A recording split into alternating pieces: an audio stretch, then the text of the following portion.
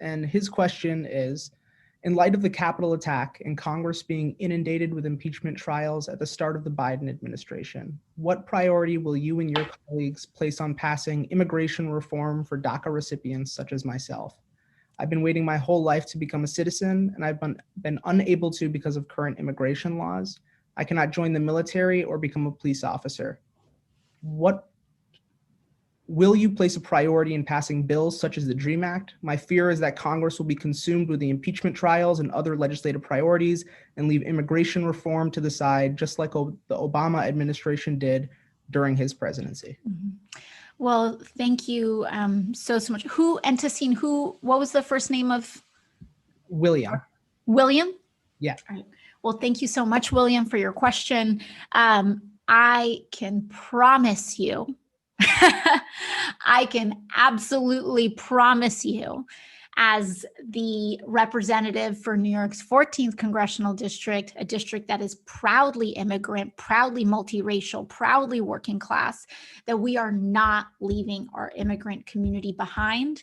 And I will not accept negotiations that carve out our immigrant community. You know, as many of you all know, our immigrant community, huge portions of our immigrant community were locked out of the first stimulus check. And we fought tooth and nail. And in the HEROES Act, which was the Democratic precedent and template for second stimulus checks and stimulus checks moving forward, that we would not lock out ITIN payers and mixed status families. And we had to fight with Democrats within our own party to make sure that tax-paying immigrants were eligible to receive stimulus checks. And so we were able to take one step in that direction in the December COVID package, but again, we were still negotiating with the Republican Senate. Now that we will have a Democratic Senate, we want to really make sure that we push forward to make sure that, again, mixed status family, adult dependents, but also to push for ITIN payers. And so we're working on that. We'll push for it. And then to your question specifically about DACA and the DREAM Act, I hear you loud and clear in that critique of the Obama administration.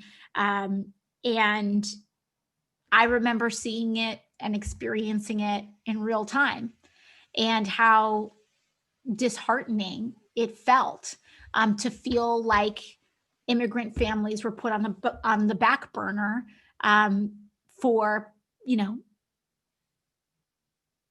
whether it's a political reason, legislative reason, what have you. It was really hard and it hurt. But here's the good news.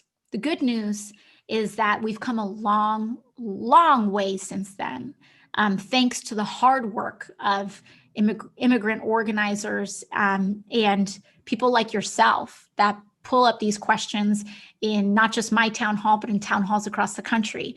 And what that yielded was that at the beginning of this past term, this most recent term, the DREAM Act made it into, and it was called the Dream and Promise Act, made it into essentially the top priorities of the House. So a lot of people don't know this, but we will draft laws and, every bill gets a name, right? HR 15, this, that, and the other, HR 123, HR 567, HR 8, 9, 10.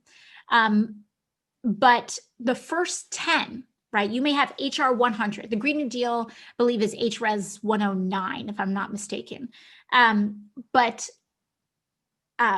HR or House bills or resolutions 1 through 10 are actually reserved for the Speaker of the House. And they are often denoted as the top 10 priorities of that Congress. And if I'm not mistaken, I believe that the DREAM Act made it into that HR 1 through 10.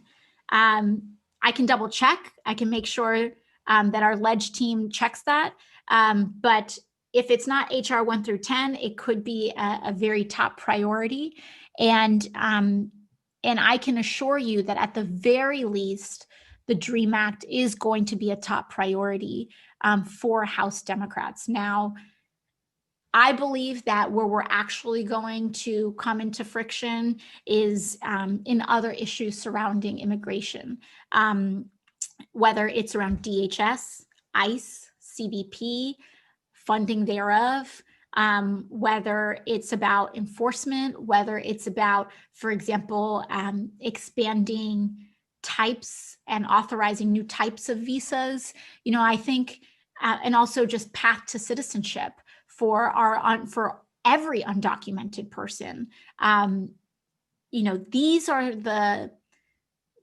going to be, I think, the frontiers and perhaps the areas of friction that we run into, but I do not believe that the DREAM Act will be one of those areas of friction. I believe that the Democratic Party has realized the mistake of not passing the DREAM Act and not being able to pass the DREAM Act earlier. And I do believe that they now are making it a priority. And I can assure you that the Congressional Hispanic Caucus is fully behind ensuring that that is a priority as well.